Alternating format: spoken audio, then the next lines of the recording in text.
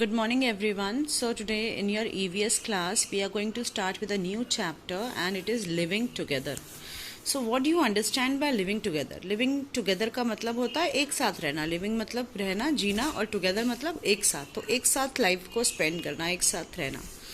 So now you tell me, how is it important for you to live together? You as a family live together. आप अपने parents के साथ, अपने siblings के साथ, दादा दादी, नाना नानी या फिर अपने और रिलेटिव्स, चाचा चाची, इन सब के साथ रहते हो, राइट? हम एक फैमिली में एक साथ रहते हैं.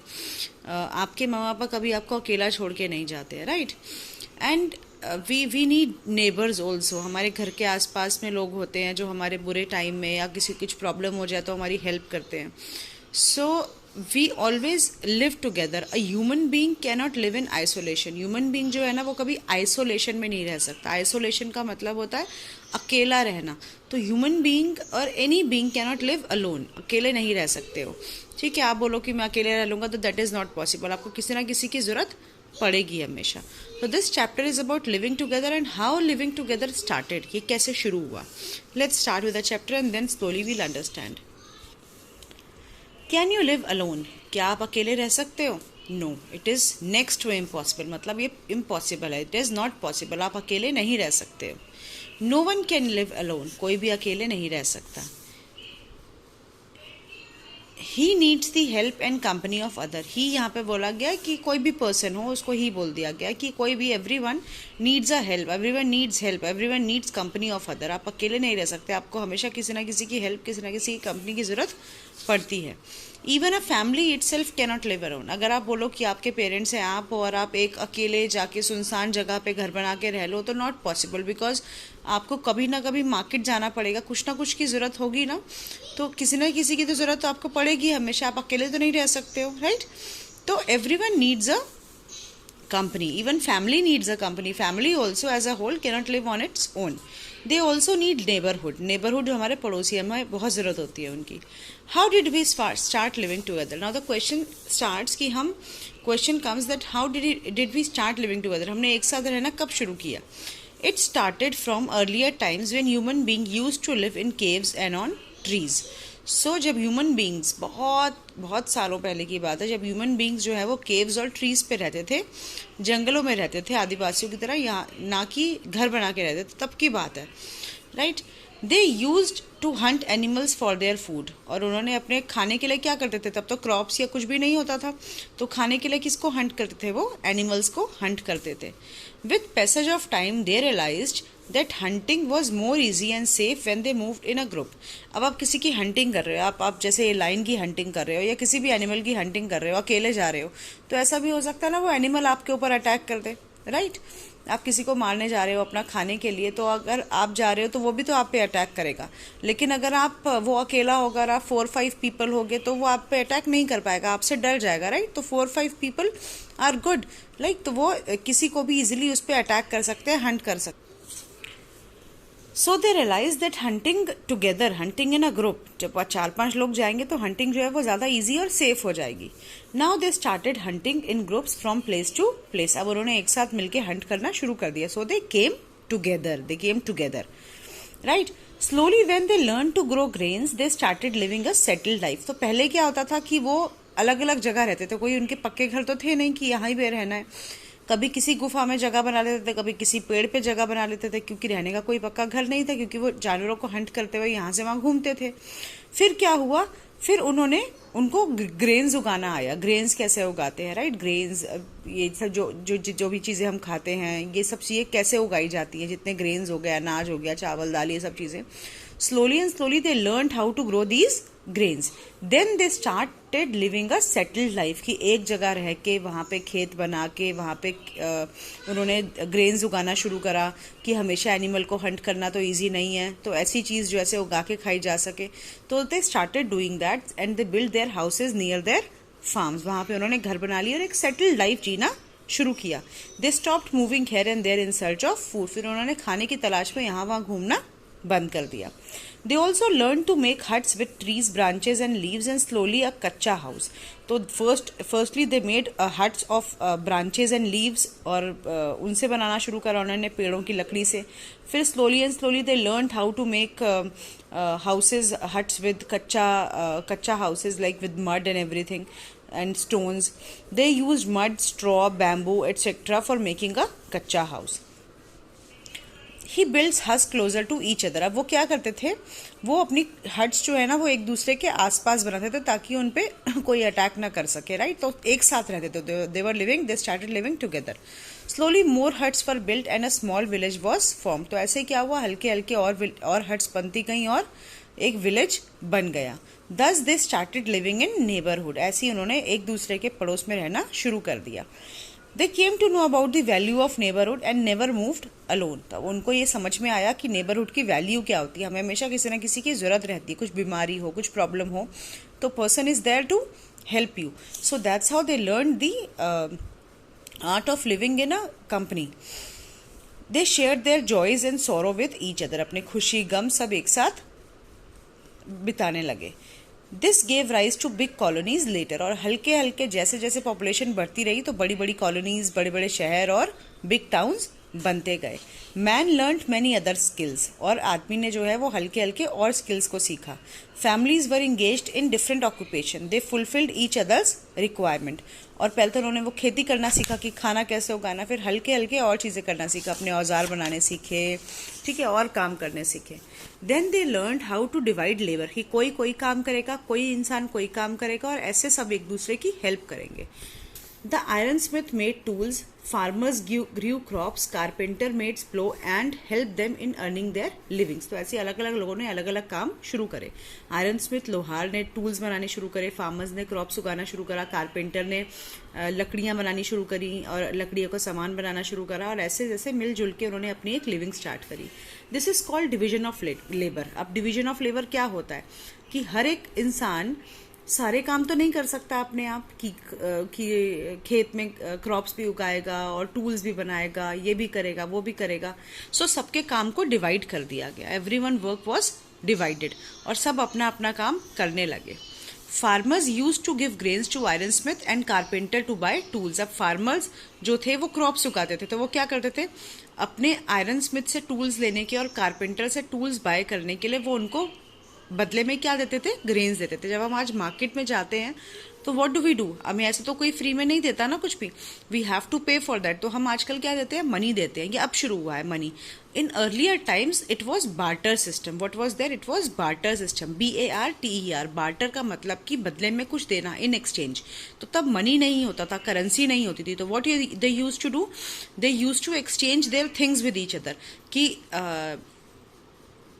फार्मर ने क्या किया, फार्मर ने आयरन स्मिथ को ग्रेन दिए और आयरन स्मिथ से टूल ले लिए। सो ऐसे दे यूज टू एक्सचेंज थिंग्स, कि कपड़े के बदले गेहूं ले लिया, गेहूं के बदले वहाँ से लोहार से कुछ ले लिया, कपड़े के बदले कारपेंटर से कुछ ले लिया। They all fulfilled each other needs with exchanging goods. With development in communication and transportation, people in villages sold their items in cities for money and economy improved. हल्के हल्के क्या हुआ, they learned new system of exchanging, कि उन्होंने currency बना ली। Currency, अब currency was the main thing, currency दे के कोई चीज़ आप ले खरीद सकते थे। तो ऐसे ऐसे जो है वो चीज़ें स्टार्ट हुई। All the families living together form a community and many such communities form a society. अब जब फैमिलीज एक साथ रहती है तो कम्युनिटी बनती है, जब सब कम्युनिटीज एक साथ आ जाती है तो वो एक सोसाइटी बन जाती है। सो ऐसे एक साथ रहना शुरू हुआ। The culture of families is extended to community and culture of communities becomes the culture of the society. So this is how things started. This is how all the festivals जितने भी सब होते हैं वो ऐसे ऐसे हल्के हल्के शुरू हुए। The family members of a society share common interest and facilities. They share their joy, sorrow, difficulties and problem. तो एक साथ रहते हैं, आप एक इंटरेस्ट शेयर करते हो, एक फैसिलिटी शेयर करते हो, राइट, और अपने Joy, sorrows, difficulties, problems in सबको शेयर करते हो। तो इसीलिए साथ में रहना बहुत इंपॉर्टेंट है। Society provides the following common facilities to all its member families. which they share with each other. They are called the neighborhood services which are enjoyed by all the members of the families of that neighborhood. अब आपने देखा होगा community halls होते हैं जहाँ पे शादियाँ होती हैं, फंक्शंस होते हैं, तो एक कम्युनिटी हॉल है, वहाँ पे आप थोड़ी सी पेमेंट करोगे, आप शादी कर सकते हो, कोई फंक्शन कर सकते हो, and that community hall is open for every member of the society. Same is like the temples, the mosque, church, gurdwaras, these are also community things. यहाँ पे सब लोग जाके जो है वो अपने शेयर करते हैं और फिर वहाँ से सब लोग जो है वो अपना दे enjoy the festivals, right? And the person who cannot afford food, उनको वहाँ खाना मिलता है. These are all community services. ये है मार्केट. आपने देखा है हर मंडे को मार्केट लगती है, मंडे ट्यूसडे कोई कोई दिन होते हैं मार्केट लगने के. पोस्ट ऑफिस में आप सबके लिए वो सर्विस होती है, आप थोड़ा सा मनी दोगे, आपकी चिट्ठी यहाँ से वहाँ जा सकती है. Hospitals, government hospitals, these are community hospitals. So that's how things started. Now parks, you have seen, एक पार्क होता है वहाँ पे हर कोई आ सकता है. It is for everyone. Police station is for everyone can go and file their complaint. Railway stations are for everyone, right? ऐसे ही bus stops are for everyone can board the bus, everyone can go to the schools, everyone can go to cinema halls. So this is how the community started. Now advantages of living together in neighborhood. अब advantages क्या होते हैं? Living together in a neighborhood has many advantages. Advantages मतलब बहुत फ़ायदा होना किसी चीज़ का. It gives us a sense of security and safety. जब आप एक साथ रहते हो तो आपके बुरे टाइम में, किसी प्रॉब्लम में सब लोग आपके साथ आ जाते हैं, राइट? तो एक साथ रहने में आपको सेफ्टी और सिक्योरिटी मिलती है. It helpful in earning also. अब एक कोई काम कर रहा है, उसका सामान सब लोग खरीदेंगे तो उसकी अर्निंग में भी हेल्प हो जाएगी, right? It gives us helps and assistance in case of emergency. It also enhances sense of cooperation and teaches us to enjoy and share our feelings of sorrow and joy. आपको कोई problem हो जाए, कोई emergency हो जाए, तो अभी आपको सोसाइटी हेल्प करती है. So that's why living together is very important. We learn many things from each other and share our experience. जब हम एक साथ रहते हैं तो हम एक दूसरे से बहुत सारी बातें सीखते हैं और बहुत सारे एक्सपीरियंसेस शेयर करते हैं. We also enjoy social facilities of park, cinemas, clubs, museums. Other necessary services like school, hospital, bank, police station are also available. तो ये सब कैसे हुआ? सब लोग एक साथ आए तभी तो ये चीज़ें शुरू हुई. Now townships. अब हल्के हल्के क्या हुआ, छोटे छोटे अब शहरों, अब जैसे छोटे गांव बने, फिर टाउन्स बने, फिर बड़े बड़े शहर बन गए. तो ये कॉन्सेप्ट हल्के हल्के जैसे जैसे पॉपुलेशन बढ़ती रही वैसे वैसे ये कॉन्सेप्ट आने लग गया टाउनशिप का. New concept of neighbourhood as evolved in big cities, that is of township, where many multi-storied apartments are built and all the necessary neighborhood services of school, market, hospital, park, cinemas are available there. अब आपने देखा होगा बहुत सारे ऐसे apartments बन जाते हैं जिनके अंदर मार्केट होती है, छोटे छोटे स्कूल्स खुले हुए होते हैं, छोटे छोटे क्लब्स होते हैं, जिम होता है, स्विमिंग पूल होता है. तो वहाँ पे क्या सब लोग एक साथ मिलके उस चीज़ को इंजॉय करते हैं और उस चीज़ का फ़ायदा उठा सकते हैं. So that was about human being. Now will study social behaviour in insects. जैसे हम ह्यूमन बींग्स एक साथ रहते हैं वैसे ही एनिमल्स और इंसेक्ट्स भी एक साथ रहते हैं. आप देखते हो सुबह जब आप उठते हो सोके तो एक साथ बर्ड्स उड़ के जा रही होती हैं अपना खाना लेने के लिए, right?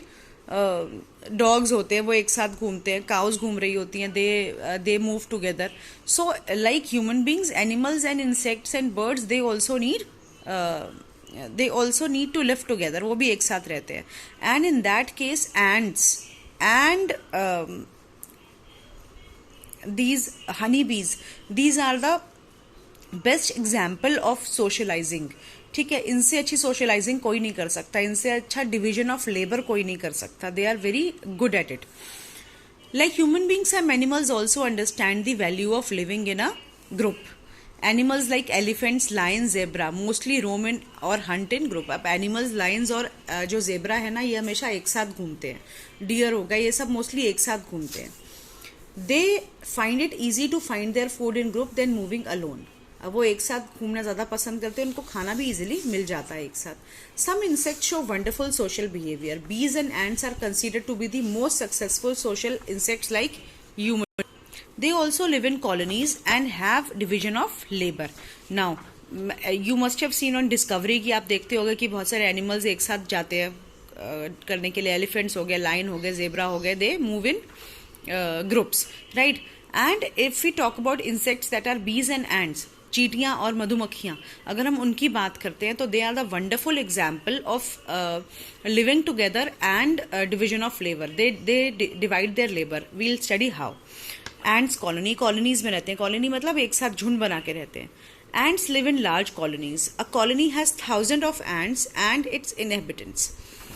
All the ants have their own role to play. They have different tasks to perform. They are divided into 3 groups. Each colony has a queen ant, male ant and worker ant. अब ants जो हैं वो colonies में रहती हैं, groups बना के रहती हैं, राइट. अब उनका जो काम है ना वो भी उन्होंने डिवाइड किया हुआ होता है. They have divided their work. 3 groups में डिवाइडेड होता है. एक होती है क्वीन एंट, एक होती है मेल एंट और एक होती है वर्कर एंट. क्वीन एंट जो है वो सिर्फ एग्स देती है, राइट, वो सिर्फ एग्स देती है. मेल एंट के साथ मिलके वो एग्स देती है. और जो वर्कर एंट्स होती हैं वो क्या करती हैं, वो जाके खाना इकट्ठा करके लेके आती हैं. So queen ant, she is the largest female ant, सबसे बड़ी फीमेल एंट होती है. ये क्वीन एंट है, देखो, this is queen ant, right, and this is male ant, ये मेल एंट होती है, राइट, और ये वर्कर एंट है. एंड दिस इज एंट की कॉलोनी है, एक साथ रहते हैं. So her main function is to lay eggs. इसका मेन काम होता है एग्स को ले करना, सिर्फ यही एग्स ले करती है. हर कोई चींटी एग्स ले नहीं कर सकती है. Male ants, the main function of male ant is to help the queen ant in the process of reproduction. So ये दोनों मिलके जो है वो एग्स देते हैं. दे हैव विंग्स, इनके विंग्स भी होते हैं. मेल एंट्स के विंग्स भी होते हैं. नाउ वर्कर एंट्स जो है ना वो मेन काम परफॉर्म करती हैं, वो सारा काम वो करती हैं. They are very laborious. Ants are very laborious and ants do not sleep. Ants जो है वो कभी सोती नहीं है. They work day and night. पूरा दिन पूरी रात काम करती हैं. They don't sleep. अब वर्कर एंट्स में कौन कौन सी एंट्स होती हैं? The cleaner ants, they clean the colony. Cleaner ants वो होती हैं जो कॉलोनी को क्लीन करती हैं, जो एरिया जिसमें वो रहती हैं उसको साफ करती हैं. Nursery worker ants, nursery worker as the name suggest, nursery worker जो है वो एग्स का ध्यान रखती हैं और जब बच्चे निकल आते हैं उनमें से तो उनका ध्यान रखती हैं. सोल्जर एंट्स जो हैं they protect the colony from enemies and forage ants collect the food for the rest of the ants. अब उनमें सोल्जर एंट्स होती हैं जो एनिमीज को मारती हैं, उनसे प्रोटेक्ट करती हैं अपने आप को, अपनी कॉलोनी को. और ये फॉरेज एंट्स होती हैं जो खाना इकट्ठा करती हैं. जो चींटियां आप देखते हो ना खाना उठा के ले जा रही होती हैं, वो ये वाली एंट्स होती हैं. So worker ants are divided into 4 groups. पहली है क्लीनर एंट्स जो क्लीन करती है, नर्सरी एंट्स जो बच्चों का ध्यान रखती हैं, एग्स का ध्यान रखती हैं, then soldier ants which protect from enemies, and this forage ants who collect the food. Similar is the behavior of bees. Now as the ants, bees also live in colony. एक साथ छत्ता लगा होता है ना, छत्ते में एक साथ बीज रह रही होती हैं. And they divide their work among themselves. Bee live in a hive which is hexagonal compartments. hive के अंदर ना hexagonal compartments होते हैं. hexagonal आपको पता है, आपने मैथ्स में पढ़ा है, जिसकी 6 साइड्स होती हैं, राइट. तो दे लिव इन हर एक पूरे hive के अंदर ना, beehive में hexagonal compartments होते हैं. 6 साइड्स वाले छोटे छोटे compartments बने होते हैं जिनमें वो रहती हैं. क्वीन बी ले एग्स, जैसे यहाँ पे क्वीन एंड एग्स ले करती है, यहाँ पे भी सिर्फ क्वीन बी जो है वो एग्स देती है मेल बी की हेल्प से. They both work in the reproduction department. वो और बीज को पैदा करते हैं.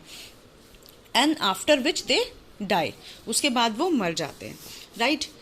Mail bees are also called drones. Male bee को ड्रोन्स भी बोलते हैं. The worker bee collect nectar to make honey. अब वर्कर बीज क्या करती हैं, दे नेक्टर कलेक्ट करती हैं फ्लावर में से और उसका हनी बनाती हैं. They feed young ones and guard the beehive. और क्या काम करती हैं वो, यंग वंस का भी ध्यान रखती हैं और बीहाइव का ध्यान भी रखती हैं, छत्ते का भी ध्यान रखती हैं. So this was all about living together. We cannot live in isolation. A human being cannot live in isolation. We need to have neighbourhood society, हमको चाहिए रहने के लिए. In the same manner the animals, insects and birds, they also need colonies. They also move in group. उनको भी group में जाते हैं. बहुत सारे ऐसे एनिमल्स और बहुत सारे ऐसे इंसेक्ट्स और बर्ड्स होते हैं. The 2 examples of insects are, that is ant and honeybees. They are the best example of division of labor and living in colonies, right. So this was all about living together. Now you need to solve the question answers and then I'll be sending you the same.